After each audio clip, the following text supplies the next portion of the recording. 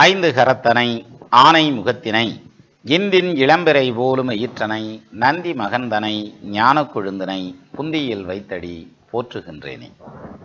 வணக்கம். நம்ம ஜோதிட சொந்தங்கள் எல்லாருக்கும் வணக்கம். இன்னைக்கு ஒரு முக்கியமான தலைப்பு பார்க்க போகிறோம். சிலர்கிட்டலாம் ஏப்பா உன் ஜாதகத்தை எதுவும் பார்த்தியா, தொடர்ந்து கஷ்டமாக இருக்குங்கிற, அல்லது வீடு வாச கட்டணும்ன்ற, கல்யாணம் பண்ணணும்ன்ற, இந்த ஜாதகத்தை பார்த்துட்டு எதுவும் பண்ணினீங்களா அப்படின்னு கேட்டாக்க, அதெல்லாம் நான் ஒன்றும் பார்க்கல, நாங்கள்லாம் அந்த காலத்தில் கல்யாணம் பண்ணல, என்னத்தை பார்த்தோம், ஒன்றும் பார்க்கல, நான் சும்மா அப்படியே போனேன், அந்த சொத்து எனக்கு அமையணும்னு இருந்திருக்குது, பேசிக்கிட்டு இருந்த வாக்கில் நீ வச்சுக்கன்னு சொன்னார், சரின்ட்டு வந்துட்டேன், அமைஞ்சிருச்சு. என்கிட்ட 10 ரூபாவோட கையில் காசு இல்லை அந்த டைமில், ஆனால் இன்றைக்கி அதனுடைய வேல்யூ பல கோடிக்கு போகுது அப்படின்லாம் பேசுவோம், நிறைய சொல்லுவாங்க, கேள்விப்பட்டிருப்போம். அதே மாதிரி இப்போ இருக்க ஸ்டைலில் சொல்லணும்னா, எனக்கு வண்டி வாங்கணுன்ற ஐடியாவே இல்லை, நான் சும்மா போய் உட்காந்து பேசிக்கிட்டு இருந்தேன்ப்பா, பேசிட்டு இருக்கிறதுக்கு அவர் வண்டியை கொடுக்குறேன்னாரு, சரி நான் எனக்கு கொடுனதுமே சரின்ட்டாரு, நான் காசு கூட அப்புறம் பையத்தையும் கொடுத்தேன், வண்டி வாங்கிட்டேன், ஆனால் வண்டி வாங்குவேன்னே நான் நினைக்கல அப்படிலாம் சொல்லுவாங்க. அப்போது இந்த ஜாதகமே இல்லை எங்களுக்கெல்லாம், அப்புறம் என்னத்தை போய் பேசுறது, பார்க்குறது ஜாதகத்தை, அதெல்லாம் ஒன்றும் இல்லை, நாங்கள் எதையுமே பார்க்குறது இல்லை அப்படின்ற மாதிரியான பாயிண்ட்லாம் சொல்கிறா வருங்க. இந்த குறிப்பிட்ட குரூப் எடுத்துக்கோங்க. இந்த குரூப்பில் இவங்க ஜாதகம் இல்லைங்கிறது யாருக்கிட்ட இல்லை, ஆண்டவங்கிட்ட இல்லையா, இவங்கள்ட்ட இல்லையா அப்படின்னா இவங்கள்ட்டத்தையும் இல்லை. அதாவது இவருக்குன்னு ஒரு ஜனன காலம்னு ஒன்று கொடுத்துட்றாங்க இல்லையா, அவங்க இதில் குறித்து வைக்காமல் என்ன இருக்கலாம், டேட் ஆஃப் பர்த் டைமை குறித்து வைக்காமல் இருக்கலாம், அதை கணிதம் பண்ணாமல் இருக்கலாம். ஆனால் இயல்பாகவே அவங்களுக்குன்னு ஒரு ஜாதகம் இருக்கும் இல்லையா. பிறப்புன்னு வந்துட்டா அந்த எல்லா ஜீவராசிக்கும் இறப்புன்னு ஒன்று உண்டு. அது எவ்வளோ பெரிய தலைவராக இருந்தாலும், சாதாரண ரொம்ப ஏழ்மை நிலையில் இருக்கக்கூடியவர்கள் அல்லது ரொம்ப வறுமையான நிலையில் இருக்கக்கூடியவங்களாக இருந்தாலும், யாராக இருந்தாலும், அல்லது அது உயிர் வாழ்வன எதுவாக இருந்தாலும், விலங்கினமாக இருக்கட்டும் தாவரமாக இருக்கட்டும், பிறப்புன்னு இருந்தால் இறப்பு இருக்கும் சரியா. அப்போ பிறக்கையில் ஒரு கணக்கு இருந்தால் தான் இறப்பு எப்போங்கிறது தெரியும். அப்போ ஜாதகம் எழுதலைன்னா நம்ம எழுதலை, பூனை கண்ணை முடிச்சுன்னா உலகமே இருட்டாகி போச்சுன்னு சொல்லுவாங்கல்ல, அந்த கணக்கு தானே தவிர மற்றபடி வேற ஒன்றும் கிடையாது. அப்போது எல்லாத்துக்கும் ஜாதகம் இருக்கும், அந்த ஜாதகத்தைப்படி தான் சேல் ஆகும் லைஃப். சரி ரைட், இது ஒரு பக்கம் இருக்கட்டும். இப்போது நான் எதையுமே பார்க்காம போய் பண்ணினேன், ஆனால் எனக்கு சக்ஸஸ் ஆச்சு அப்படின்னு சொல்லுவாங்க. இதை வாழ்நாள் பூரா அவங்களால சொல்ல முடியாது. ஏதாவது ஒரு சந்தர்ப்பத்தில் சொல்லலாம், 10 சந்தர்ப்பத்தில் சொல்லலாம், 11வது சந்தர்ப்பம்னு வரையில் இவங்க குருட்டா அடியாக போய் அடித்தா அது போய் எங்கிட்டா ஒரு பக்கம் விழுந்துடும், அப்போ சக்ஸஸ் ஆகாது. அப்போ இது எதனால் வருது அப்படின்னாக்க, அவங்க அந்த ஆரம்பிக்கக்கூடிய டைமிங் ரொம்ப நல்ல டைமிங், நல்ல முகூர்த்தமாக இருக்கும், அல்லது இவங்கள்ட்ட ஜாதகம் இருந்தாலும் இல்லாட்டினாலும் அவங்க ஜாதகத்தின்படி அல்லது கோச்சாரத்தின்படி நல்ல நேரம் போயிட்டுருக்கையில் அந்த வேலையை ஆரம்பிச்சிருப்பாங்க. இவங்க பார்த்துருக்காங்க, பார்க்கல, அதை விட்டுருங்க, நல்ல நேரம் போகல அதை ஆரம்பிச்சிருப்பாங்க, அது விருத்தி அடையும். இவ்வளோதான் விஷயம். சிலர் இன்னொரு செட்டு இருக்காங்க, அது எப்படி தெரியுமா, இங்கே பாரு ஓரைன்றாங்கல்ல, சனி ஓரை, செவ்வாய் ஓரை, இந்த மாதிரி ஓரையிலெல்லாம் நீ எதுவும் சுபகாரியங்கள் எதுவும் பண்ணிடாத, சூரிய ஓரை, சனி ஓரை, செவ்வாய் ஓரையிலெல்லாம் பண்ணனா பிரச்சனை வரும், சண்டை வரும், வம்பு வரும், வழக்கு வரும்னு போட்டிருக்கானப்பா ஜோசியத்தில். ஆனால் நான் சனி ஓரையில் தான் இந்த தொழில் ஆரம்பித்தேன், இன்றைக்கி இவ்வளோ பெரிய சக்ஸஸில் இருக்கேன், செவ்வாய் ஓரையில் தான் நான் இந்த தொழில் ஆரம்பித்தேன், இவ்வளோ பெரிய சக்ஸஸ் ஆகிருக்கேன், இத்தனை கட்டடம் கட்டியிருக்கேன், இவ்வளோ ஊரில் பிரான்ச் போட்டிருக்கேன், அதே மாதிரி சூரிய ஓரையில் தான் இந்த தொழிலை நான் ஆரம்பித்தேன், அல்லது கல்யாணத்தை பேச்சு சூரிய ஓரையில் தான் பண்ணோம், அல்லது சூரிய ஓரையில் தான் தாலி கட்டினேன், செவ்வாய் ஓரையில் தான் தாலி கட்டினேன், என்னம்மா பிரிஞ்சிருவான்றாங்க, அதெல்லாம் ஒன்றும் இல்லை, இன்றைக்கி வரைக்கும் நல்லா குடும்பம் ஓட்டுறான், 2 பிள்ளைய பெற்றிருக்கான், பிள்ளைகளெல்லாம் படிக்க வச்சு அமெரிக்காவில் வேலைக்கு அனுப்பிச்சிருக்கான் அப்படிலாம் பேசுவாங்க. அப்படின்னா என்ன அர்த்தம், உண்மைதான் இது. அதாவது அவங்க அந்த சனி ஓரையிலையோ சூரிய ஓரையிலையோ செவ்வாய் ஓரையிலையோ செஞ்சால் சக்ஸஸ் ஆகாதா அப்படின்னா சக்ஸஸ் ஆகுமியா, அதுதான் அதில் பிரச்சனையே. ஜோசியத்தில் நீ எதையுமே நிலையாக வச்சு சொல்ல முடியாது, நான் ஸ்ட்ராங்காக வச்சு சொல்கிறேன். எங்கே உனக்கு லக்னாதிபதி ஸ்ட்ராங்காக இருந்தால், அது மிகச்ச லக்னாதிபதி லக்னத்தில் உட்காந்துருந்தா உனக்கு பேரும் புகழும் அந்தஸ்தும் கௌரவமும் உன்னைய தேடி வரும் அப்படின்னு சொன்னோம்னு வச்சுங்களேன். இல்லை எனக்கு லக்னாதிபதி லக்னத்தில் தான்டா இருக்குது, ஆனால் ஒன்றும் வந்த வாட்டை காணா, வயசு வேற போயிருச்சு அப்படின்னு சொல்லுவாங்க. என்ன காரணம், அந்த லக்னாதிபதி அந்த இடத்துல வக்ரமாக இருக்கலாம், அல்லது அந்த லக்னாதிபதிக்கு நட்சத்திர சாரம் கொடுத்த கிரகம் நீசமாக இருக்கலாம் சரியா. அப்போது இது மாதிரி ஏதாவது ஒரு விதத்தில் பாதிக்கப்பட்டிருந்தா அதுக்கேற்ற அந்த லைட்டு பவர் மங்கும். எல்லா விதத்துலையும் ஸ்ட்ராங்காக இருந்தால் ரொம்ப பவர்ஃபுல்லாக எரியும், அது அந்த வோல்டேஜ் குறைய குறைய குறைய குறைய அந்த கண்ணு மூடிக்கிட்டே ஒரு பக்கம் துப்புரவாக மூடிக்கும் இல்லையா. அது மாதிரி ஒவ்வொருத்தருக்கும் ஒவ்வொரு யோக பாக்கியம் இருக்கும், அந்த யோக பாக்கியத்தின் வழி தான் செயல்படும். சரி, இப்போ பாருங்கள், ஜோசியத்தில் எல்லாத்துலேயுமே ஒரு விஷயத்த சொல்லிவிட்டு இது எல்லா ஜாதகத்துக்கும் பொருந்தும், நீ ஸ்ட்ராங்காக வச்சுக்க அப்படின்னு சொல்ல முடியாது. அதனால தான் சார் ஜோசியம் சயின்ஸ் கிடையாது சார். விஷயம் பாருங்கள், சயின்ஸை பேஸ் பண்ணி தான் ஜோதிடம் வரும், ஆனால் பலன் சொல்கிறதுன்னு இருக்கு இல்லையா, அந்த இடத்துல சயின்ஸ் நின்றுக்கிறோம், அதுக்கப்புறம் ஜோசியந்தான் கிளம்பி போகும். அங்கேருந்து ஒரு 100 கிலோமீட்டருக்கு கூட வருதுன்னு வச்சுக்கோங்க, ஒரு வண்டி வருது கூடவே வருது, 101வது கிலோமீட்டர் போல் அந்த வண்டி அங்கேயே நின்றுக்கேன், அப்புறம் 101லேருந்து 1001 கிலோமீட்டர் போனாலும் இந்த ஒரு வண்டி மட்டும் போகும். எது பலன் சொல்கிறதுங்கிறது. அப்போ அறிவியலை பொறுத்த வரைக்கும் ஜோதிடத்தை அறிவியலாக பார்க்குறேன், அறிவியலாலாம் பார்க்க வேண்டாம். ஜோதிடத்தை கணிதம் பண்ணுற வரைக்கும் வேணால் அறிவியலாக வச்சுக்கலாமே தவிர அதுக்கு பலன் சொல்கிறதுங்கிறதுக்கும் அறிவியலுக்கும் துப்புரவாக ஒட்டாது, ரெண்டுக்கும் சம்மந்தமே கிடையாது. அப்போது இந்த சனி ஓரையில் நான் தொழில் ஆரம்பித்தேன், செவ்வாய் ஓரையில் தொழில் ஆரம்பித்தேன், சூரிய ஓரையில் தொழில் ஆரம்பித்தேன், அல்லது கட்டடம் கட்ட ஆரம்பித்தேன், பிரம்மாண்டமாக கட்டி முடிச்சிட்டேன், பிரம்மாண்டமான தொழில் பண்ணிக்கிட்டு இருக்கேன் அப்படிலாம் சொல்கிறாங்கல்ல.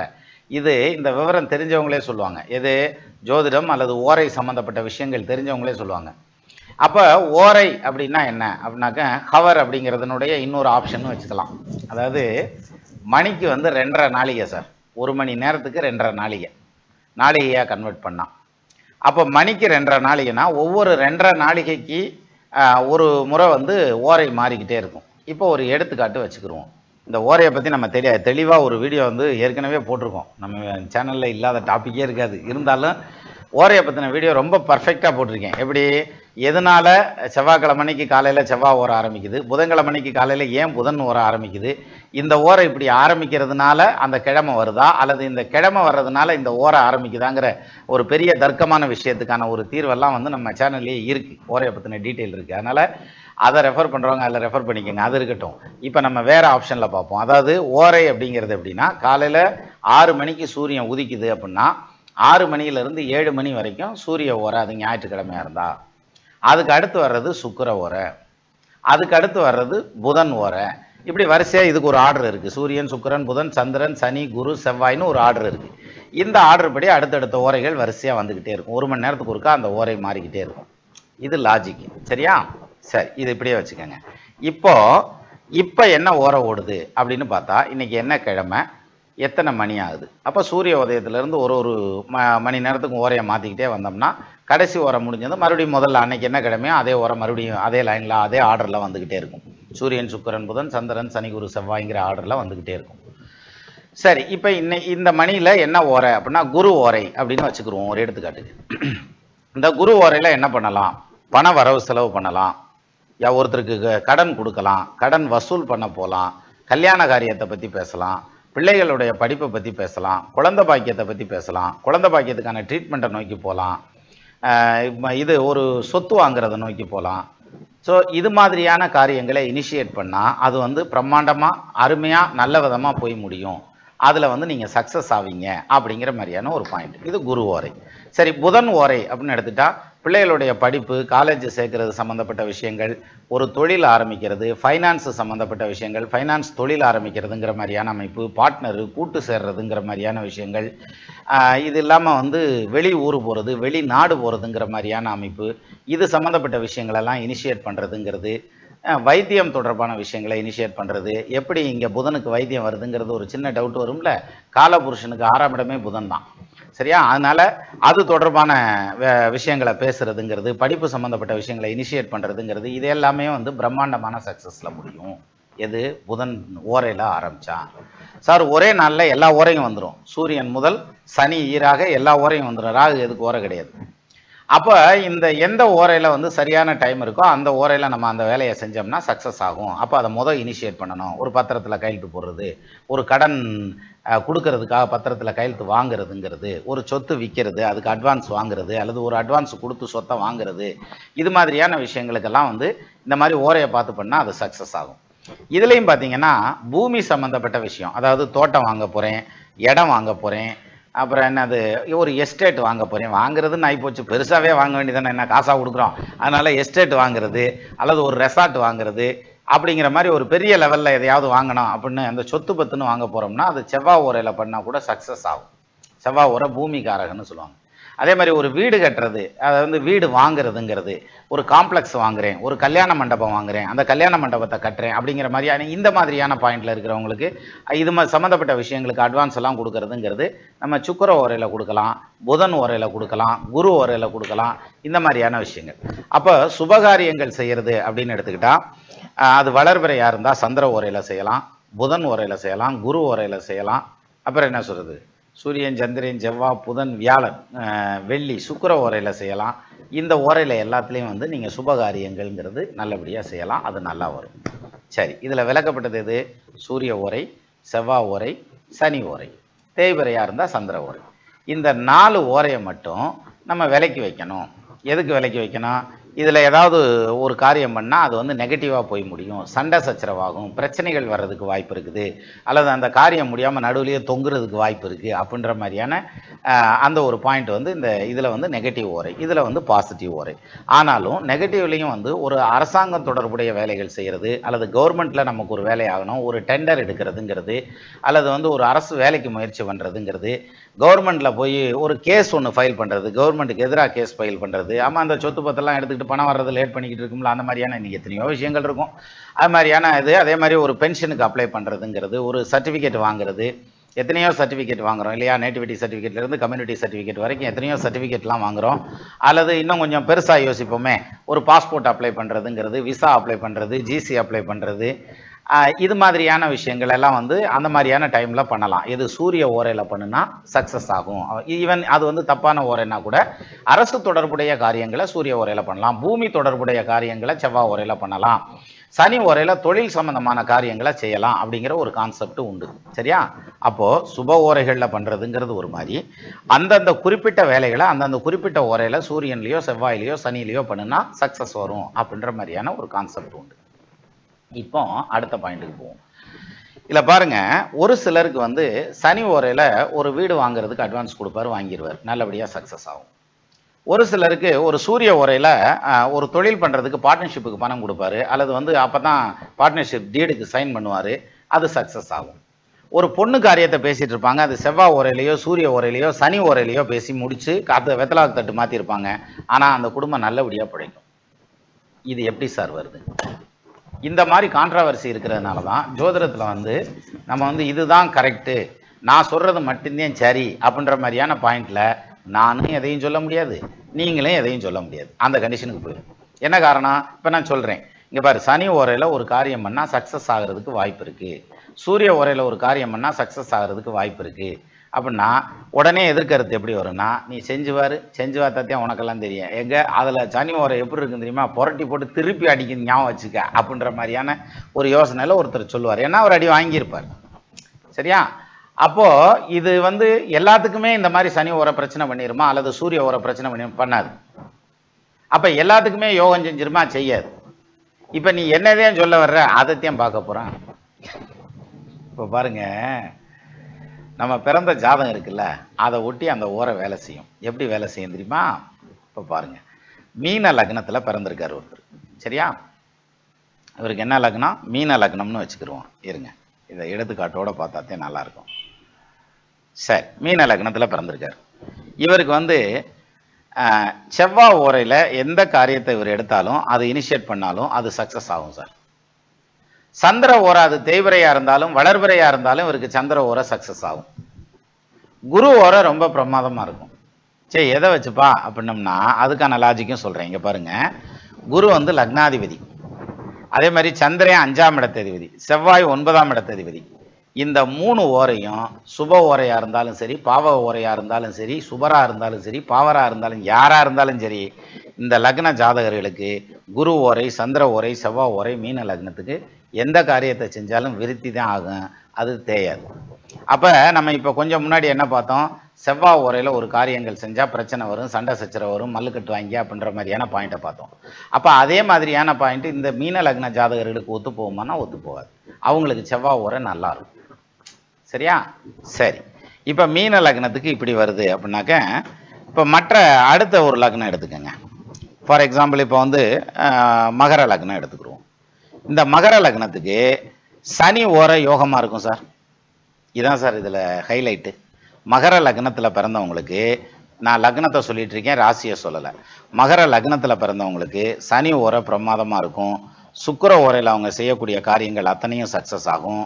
புதன் ஓரையில் அவங்க செய்யக்கூடிய காரியங்கள் அத்தனையும் சக்ஸஸ் ஆகும். அது படிப்பாக இருக்கலாம், கல்யாணமாக இருக்கலாம், வீடு போக்குவரத்து வாங்குறது, சொத்து சுகம் வாங்குறது, வேலைக்கு ஜாயின் பண்ணுறதுங்கிறது, வேலைக்கு அப்ளை பண்ணுறதுங்கிறது, வெளிநாடு போகிற வேலைக்கு முயற்சி பண்ணுறதுங்கிறது, இப்படி நூக்கன் கார்னர் எதுவாக வேணாலும் இருக்கட்டும் சார். இந்த லக்னத்தில் பிறந்தவங்களுக்கு, எந்த லக்னத்தில் பிறந்தவங்களுக்கு? மகர லக்னத்தில் பிறந்தவங்களுக்கு சனி ஓரை யோகமாக இருக்கும். அதே மாதிரி சுக்கிர புதன் ஓரை யோகமாக இருக்கும். ஸோ சிம்பிள் லாஜிக் என்னன்னா, இதை வந்து நீங்கள் மற்ற லக்னங்களுக்கும் அப்படி பிரித்து எடுத்துகிட்டு போகலாம். எப்படி எடுத்துகிட்டு போகலான்னா, எந்த லக்னத்தில் பிறந்திருக்கீங்களோ அந்த லக்னாதிபதி பாவகிரகமாக இருந்தால், சார் இப்போ நீங்கள் சிம்ம லக்னத்தில் பிறந்திருக்கீங்கன்னா சூரிய ஓரையில் எந்த காரியம் செஞ்சாலும் ஜெயிக்கும்.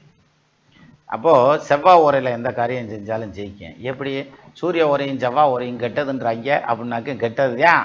ஆனால் பிறந்தது சிம்ம லக்னம்ல, அதாவது லக்னாதிபதி 5ஆம் இடத்ததிபதி 9ஆம் இடத்ததிபதி எந்த கிரகம் வருதோ அந்த கிரகத்தினுடைய ஓரை அந்த பர்டிகுலர் ஜாதகத்துக்கு நிச்சயமாக பாசிட்டிவாக தான் இருக்கும், அதில் நெகட்டிவ் வராது. சரியா? மறுபடியும் ரிப்பீட் பண்ணுறேன். ஒரு ஜாதகத்தில் அவங்க எந்த லக்னத்தில் பிறந்திருக்காங்களோ அந்த லக்னாதிபதி பாவகிரகமாக இருந்தாலும் சுபகிரகமாக இருந்தாலும் அந்த ஓரையில் செய்கிற காரியங்கள் வளர்ச்சி அடையும். அந்த லக்னத்துக்கு பஞ்சமாதிபதினு சொல்லக்கூடிய 5ஆம் இடத்ததிபதி, பாக்யாதிபதினு சொல்லக்கூடிய 9க்கு அதிபதி. அப்போ 1, 5, 9க்கு அதிபதி, இந்த 3 கிரகங்களில் அது பாவகிரகமாக இருந்தாலும் சுபகிரகமாக இருந்தாலும் அந்த ஓரை நல்ல ஓரையாக இருக்கும். இந்த இடத்துல ஒரு டவுட் வரும். எப்படி டவுட் வரும்னு சொல்கிறேன் கேளுங்க. இப்போது இதே மகர லக்னத்தை எடுத்துக்கோங்க. இந்த மகர லக்னத்துக்கு 9க்கு அதிபதி புதன், ஆனால் அவர் 6க்கு அதிபதியும் ஆகிறார், 6ஆம் இடத்ததிபதியும் ஆகிறார். அப்போது சப்போஸ் 6ஆம் இடத்ததிபதி வேலையை செஞ்சிடாத ஐயா, அப்போ 9ஆம் இடத்ததிபதினு நம்ம இந்த பக்கம் பார்த்துக்கிட்டு இருந்தோம்னா அந்த பக்கம் பின்பக்கம் வந்து புடநீல் அடிச்சுப்படாதா அப்படின்னாக்கா அடிக்காது. அதாவது எந்த திரிகோணாதிபதிகளும் அதில் ஒரு சில கண்டிஷன்ஸ் இருக்குது, அதுக்கு உட்பட்டு எந்த திரிகோணாதிபதிகளும், கோணாதிபதிகள்னா யார், லக்னாதிபதி, பஞ்சமாதிபதி, பாக்கியாதிபதி 1, 5, 9க்கு உரியவர்கள், இவங்க எந்த கிரகம் வந்தாலும் அந்த கிரகம் நெகட்டிவ் பலன் செய்யாது. இந்த இடத்துல ஒரு ஸ்டார் போட்டு கீழே நிபந்தனைக்கு உட்பட்டது அப்படின்னு போடணும். ஏன்னா 90% பிரச்சனை பண்ணாது, ஆனால் 10% இருக்கு பாருங்க, அதில் பிரச்சனை பண்ணுச்சுன்னு வச்சுங்க தாங்கவே முடியாது. 5க்கு அதிபதி திசை அல்லது 9க்கு அதிபதி திசையில் மிகப்பெரிய கடங்காரன் எத்தனையோ பேர் இருக்கான். அதே மாதிரி லக்னாதிபதி திசையில் பாதிக்கப்பட்டவங்க எத்தனையோ பேர் இருப்பாங்க. இது வந்து அது வந்து ஒரு 10% இருப்பாங்க. ஆனால் மோர் தென் 90% ஆஃப் த ஹாரோஸ்கோப் வந்து ஒன்லி கிவ் த சக்ஸஸ். எது 1, 5, 9க்கு அதிபதிகள் சக்ஸஸ் கொடுக்கும். சரியா? இந்த 10% நெகட்டிவ் வர்றதுக்கு நிறையா இது ரீசனிங் ஃபேக்டர்ஸ் இருக்குது, அது தனி, அதை விட்டுருவோம். ஏன்னா நமக்கு இதுவே புரியலைனாக்கா அதுக்கு கொண்டு போனோம்னாக்கா அது இன்னும் காம்ப்ளிகேட்டடாக போயிடும்.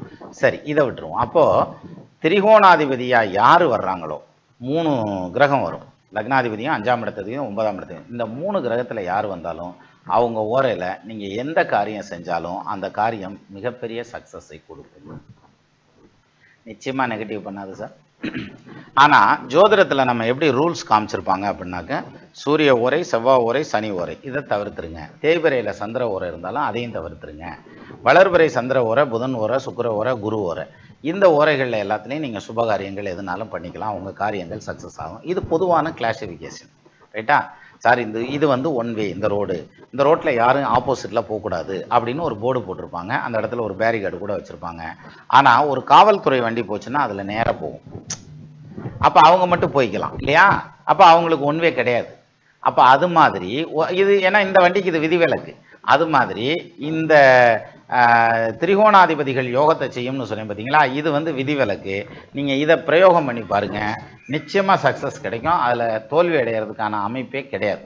இதுதான் இதில் ஸ்பெசிஃபிக்காக சொல்ல வேண்டிய விஷயம். சரியா? இப்போ கிட்டத்தட்ட ஓரையை பற்றி நம்ம ஓரளவுக்கு ஒரு முடிவுக்கு வந்திருப்போம்னு நினைக்கிறேன். அதாவது ஓரையை வச்சு தான் கிழமை அப்படின்னு சொல்லுவாங்க இல்லையா? அப்படி இல்லை, அந்த கிழமையை 7 நாள் ஃபார்ம் பண்ணதுக்கும் இந்த ஓரைக்கும் மிகப்பெரிய சம்பந்தங்கள்லாம் இருக்குது. அது ஓரையை பற்றின தனி. இதை நம்ம எப்படி பிரயோகம் பண்ணுறது அப்படிங்கிறத நம்ம இப்படி எடுத்துக்கிடலாம். இன்னும் ஒரு ஸ்டெப்பு மேலே போய் சொல்கிறேன் பாருங்கள். இந்த ஓரையை வச்சு நிறைய விஷயங்களை நம்ம கணிக்க முடியும். என்ன மாதிரிய விஷயங்களை கணிக்கலாம் அப்படின்னாக்க ஒரு சின்ன எடுத்துக்காட்டு சொல்கிறேன். இப்போ நீங்கள் வந்து ஒரு 2 வீலரில் ரோட்டில் போயிட்டுருக்கீங்கன்னு வச்சுக்கோங்களேன். அப்போது என்ன ஓரை ஓடுது அப்படின்னு பாருங்கள். இப்போ செவ்வாய் ஓரை ஓடுது அப்படின்னு வச்சுக்கிடுவோம். இந்த ஓரையை மறுபடியும் உடைக்கணும், 9ஆ, அதை நான் 9ஆங்கிறேன், 7ஆ உடைக்கணும். அப்போ ஒரு 8 நிமிஷம் வச்சு உடைக்கலாம். சரியா? 7 8 56. அப்போ 8 நிமிஷத்துக்கு ஒரு சப் ஓரை போகும். இப்போ சனி ஓரையை நீங்கள் பார்க்குறோம். சனி ஓரையில் முதல்ல வர்றது சனியில் சனி சப் வரும், அதுக்கப்புறம் குரு வரும். சரியா? இப்படியே வரையில் இந்த சப் ஓரையில் செவ்வாய் சப் ஓரை வருதுன்னு வைங்க. இது புரிஞ்சுக்கிறது கொஞ்சம் காம்ப்ளிகேஷன் தான், சும்மா ஜஸ்ட் இதுக்காக சொல்கிறேன். அப்போது சனி ஓரை அன்னைக்கு கிழமை வந்து ஏதோ ஒரு கிழமையாக இருக்கட்டும், சனி ஓரை, அதில் அடுத்தது சப் ஓரை வந்து செவ்வாயுடைய சப் ஓரை ஓடுதுன்னு வச்சுக்கோங்களேன். அந்த 8 நிமிஷத்தில் பார்த்தீங்கன்னா உங்களுக்கு ஏத்தாப்பில் வர்றதெல்லாம், நீங்கள் 2 வீலரில் போயிட்டுருக்கீங்க இல்லையா, ஏத்தாப்பில் வர்றதெல்லாம் லோடு வண்டி, பெட்ரோல் ஏற்றிட்டு போகிற வண்டி, டீசல் ஏற்றிட்டு போகிற வண்டி, ஆட்டோ வர்றதுங்கிறது, அதுவும் லோடு ஆட்டோ வர்றதுங்கிறது, அல்லது அதிவேகமாக வரக்கூடிய வண்டிகள், இது கவர்மெண்ட் வாகனங்கள், இந்த மாதிரியான விஷயங்கள் தான் வருமே தவிர மாற்றி வராது. இதே இது சுக்கிரனுடைய ஓரை ஓடிட்டுருக்கு, அதில் சந்திரனுடைய சப்பு போயிட்டுருக்குன்னு வச்சுக்கோங்களேன். இந்த டைமில் என்ன வரும் தெரியுமா? கார் வரும், டெம்போ ட்ராவலர் வேன் வரும், இது லக்ஸூரியஸ் பஸ் வரும், இது மாதிரியான விஷயங்கள் வரும். இல்லையே, எல்லாம் கலந்து கலந்து தானே வருது அப்படின்னாக்க அது இன்னும் இன்டெப்த்தாக போகணும் அப்படிங்கல. ஆனால் மேக்ஸிமம் வர்றதை எடுத்துக்கோங்க. சில டைமில் பார்த்தீங்கன்னா தெரியும், நம்ம ரோட்டில் போயிட்டுருப்போம், நடந்தே போயிட்டுருப்போம், முகூர்த்த நாளெல்லாம் அதை நிறைய பார்ப்போம். நம்ம ஒரு கார்னு போச்சுன்னு வச்சுங்களேன், வெள்ளை கலர்லேயே ஒரு 10 கார் போகும், அப்புறம் சிவப்பு கலரில் 4 கார் ஒன்றா சேர்ந்துக்கிட்டு போகும், அல்லது வெறும் காராக போகும், சில இடங்களில் லாரியாக தான் நிற்கும், சில இடங்களில் லாரியாக போயிட்டுருக்கும், சில இடங்களில் வந்து பார்த்தீங்கன்னா இந்த கண்டெய்னர் லாரி இருக்கு பாருங்க, ஒன்றுக்கு பின்னால் ஒன்று ஒன்றுக்கு பின்னால் ஒன்று 4 லாரி போயிட்டுருக்கும். ஒரு கண்டெய்னரை சைடு வாங்குறதே பெரிய விஷயம், இதில் 4 லாரி ஒன்றா விட்டுக்கிருப்பாங்க. அப்போ அதே மாதிரி இந்த கேஸ் வண்டி ஓடுது பாருங்கள், அதெல்லாம் செவ்வாயுடைய ஆதிபத்தியம். செவ்வாய் ஓர போகல இந்த கேஸ் வண்டியெல்லாம் போகும். ஆமாம், அந்த புல்லட் இருக்கு இல்லையா, பெரிய டேங்கர் இருக்கும்ல, கேஸ் வண்டி, இதெல்லாம் போகும். இது மாதிரி அதாவது ப்ராக்டிக்கலாக ஜோசியத்தை பார்க்குறது அப்படிம்பாங்கல்ல, இப்படியும் எடுத்துக்க முடியும். சரியா? இது மாதிரியான விஷயங்களை கணிக்கிறப்ப என்ன ஆகும்னா, இது ஜாதகம் சொல்கிறப்ப நிறைய யூஸ் ஆகும். அவங்க அடுத்து என்ன கேள்வி கேட்க போகிறாங்கங்கிறத நம்ம ஜட்ஜ் பண்ணுறதுங்கிறது ரொம்ப எளிமையாக ஜட்ஜ் பண்ண முடியும். ஸோ இந்த ஓரை அப்படிங்கிறது இது மாதிரி பல விஷயங்களுக்காக பயன்படுது. சரியா? இப்போ ஒன்றும் இல்லை சார், ஒருத்தர் வந்து நம்ம முன்னாடி வந்து நிற்கிறார், இந்த மாதிரி இப்போ தான் வரீங்களா? ஆமாங்க வரேன் அப்படின்னா, நீங்கள் டக்குன்னு ஓரை எடுங்க, சுக்கர ஓரை போயிட்டுருக்கு. சரி, நீங்கள் வர்ற வழியில் ஏத்தாப்பில் ஒரு பொண்ணு போச்சா? ஆனால் ஆமாம் பொண்ணு போச்சு. பூ போட்ட சேலை கட்டியிருந்ததா? ஆமாம் கட்டியிருந்தாங்க. அதில் வெள்ளை கலர் டாக்டர் இருந்துச்சா? ஆமாம் இருந்துச்சு. அப்படியே சொல்லிகிட்டே வருவாங்க சார். அப்போ இதை நம்ம இப்படி பிரயோகம் பண்ணது என்ன ஆகும் தெரியுங்களா? இல்லை இவன் என்னமோ கை கருப்பு வச்சுருக்கான்டா, அதனால தான்டா மந்திரம் போட்டு சொல்லிக்கிருக்கான் அப்படின்ற மாதிரி ஆரம்பிச்சிருவாங்க. அப்படி கிடையாது. இந்த மாதிரி எடுத்தோம்னா ரொம்ப பர்ஃபெக்டாக இது மாதிரியான பலன்களை சொல்ல முடியும். இது வந்து ஒரு பெரிய ஒரு சப்ஜெக்ட். இந்த மாதிரி ஐடென்டிஃபை பண்ணுறதுங்கிறது ஃபஸ்ட்டு நம்ம இதை தெரிஞ்சுக்கிட்டோம்னா, ஓரையை தெரிஞ்சுக்கிட்டோம்னா, அந்த ஓரையை பிரயோகம் பண்ணக்கூடிய விதத்தையும் புரிஞ்சுக்கலாம். அப்படிங்கிறதுக்கு இந்த காணொளி ஒரு ஆதாரமாக எடுத்துக்கலாம். மீண்டும் நம்ம இன்னொரு வீடியோவில் சந்திக்கலாம். நமது நண்பர்கள் ஆள் போல் தழைதழைத்து, அருகது போல் வேரூன்றி, மூங்கில் போல் கிளைகிழைத்து, முதியாமல் வாழ்ந்திருக்க வாழ்கவென வாழ்த்தி அமைகிறேன். வணக்கம்.